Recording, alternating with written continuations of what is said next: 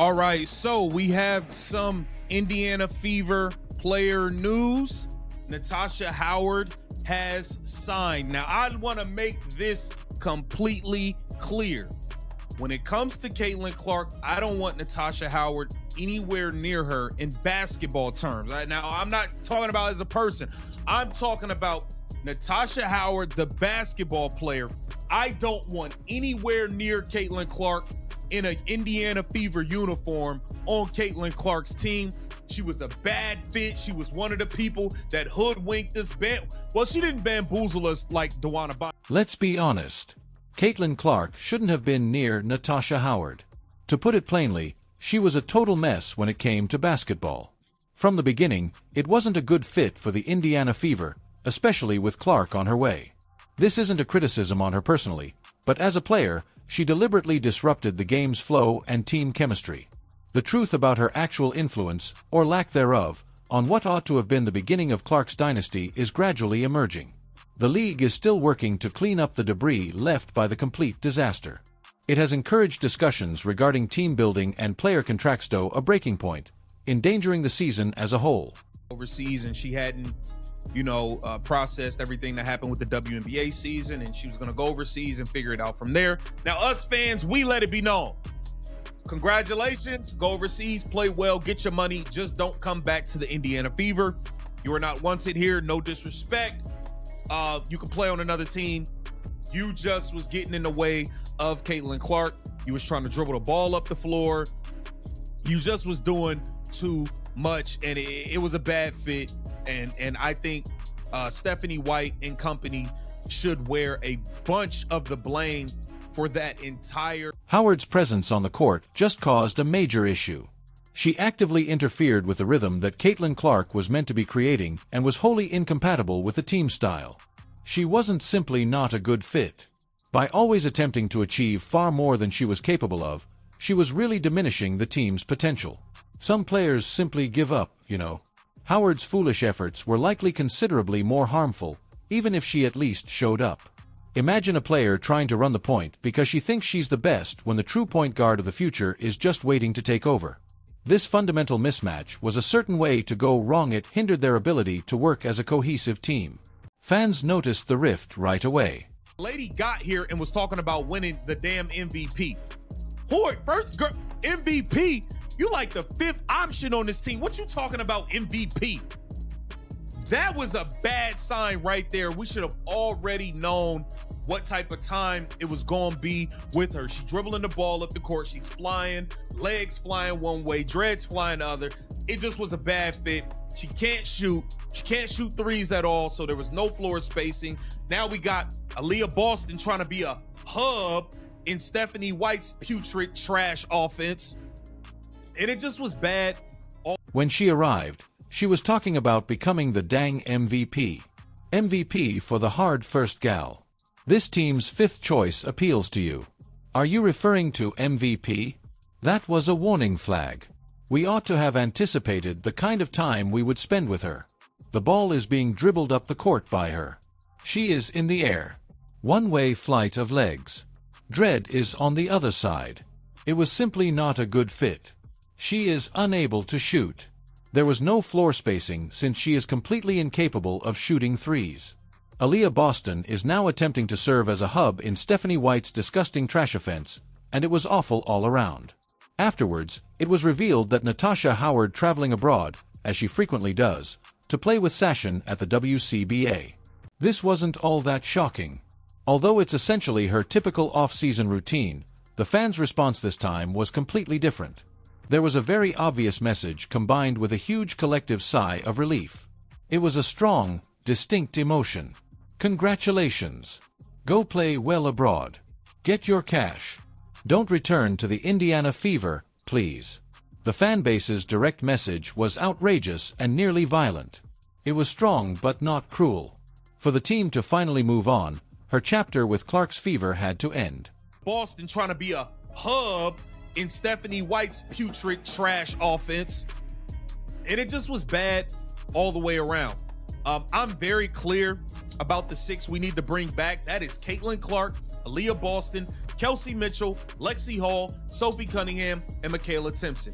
Those need to be the 6 that the Fever protect in the expansion draft, and we go from there. Those are the 6 that need to return to this team, and that's that. Natasha Howard is not a part of this team going forward, and I will be livid if... Personality wasn't the only problem. It was a simple basketball mentality. Natasha Howard appeared to be one of the primary ball handlers because, for some reason, she was always attempting to dribble the ball up the floor. This was taking place on a squad that was preparing for Caitlin Clark and had a definite opening at point guard. Her inability to make three-pointers on a regular basis made matters worse and eliminated any possibility of spreading the floor. The offense was totally stifled by that one fault. Aaliyah Boston was placed in a waste system that only made matters worse, with no space to operate. She thought she was a strong contender for MVP, but the fact that she was the obvious 5th choice raised serious concerns right away. And that's that. Natasha Howard is not a part of this team going forward, and I will be livid if she is on this roster moving forward. But we're talking about moving forward, and we don't know if we'll actually be moving forward because we can't even get a damn CBA deal done. We can't get a deal done. It is the 22nd. It's the 22nd. It's 8 days left. We just saw the WNBA put out a $1.1 million offer. She made a very audacious, even hallucinogenic announcement upon her arrival. In fact, she expressed her desire to be named MVP. This went beyond simple ambition. It demonstrated how totally she misinterpreted her position on the team and her function. I mean, how can a player who is essentially the 5th option on a rebuilding club openly declare such a personal objective without considering what the team truly needs? Just that statement served as a warning. It warned that her individual first approach was bound to clash with the team first vision needed for success, especially with a generational talent such as Clark is poised to enter the room. It was an indication of all the impending conflict. It's 8 days left. We just saw the WNBA put out a $1.1 million offer, which what we thought as fans, we thought when we saw the 1.1, and I'm saying us because I know y'all thought it too. When y'all saw 1.1, we thought that was the base salary. We didn't know it could get up to 1.1 on some NFL incentives type stuff. If you make the All-Star team, if you make first team All WNBA, if you win All-Star game MVP, if you win most improved, if you win MVP, if you win the first round, if you win the second round, if you 1,000 and the players are not going for it. And let's take a look more at what the players actually want. Here it says, the players do not want a fixed salary system and instead want one more based directly on revenue, such as the NBA, where the salary cap is determined by basketball-related income. Basketball-related income, they should just say Caitlin Clark-related income. CCRI, the Caitlin Clark-related income. We want to eat off that. We want to eat off Caitlin. Just say it. We know what it is. Here it says, the league previous... Anticipating. The Fever's vision is quite clear. There are 6 key players that must always be kept safe. This list is unavoidable for anyone who is serious about creating a strong competitor around Caitlin Clark. Naturally, it begins with Clark herself. Next, with a formidable Aaliyah Boston, the quick-witted Kelsey Mitchell, the vivacious Lexi Hall, the astute Sophie Cunningham, and the bright Nalissa Smith. These are the fundamental components. They are the athletes whose abilities and team-oriented mindsets are appropriate for this new era. Moving away from this core or adding someone who doesn't fit would be detrimental to Clark's effect and the team's future. That isn't tied to any part of the business and intentionally undervalues the players. So, as much as I don't want Natasha Howard on this team, it might not be no teams for her to sign to because we might not be getting a damn season the way things are looking right now. I just got, they said it's putting lipstick on a pig. These players is crazy. They are wild. Y'all, but hey, wait a sec. Y'all do know 850,000 ain't they? There's a lot of people that don't make that. I'm just saying. There's a lot of people not getting, you know what I mean? Come on now.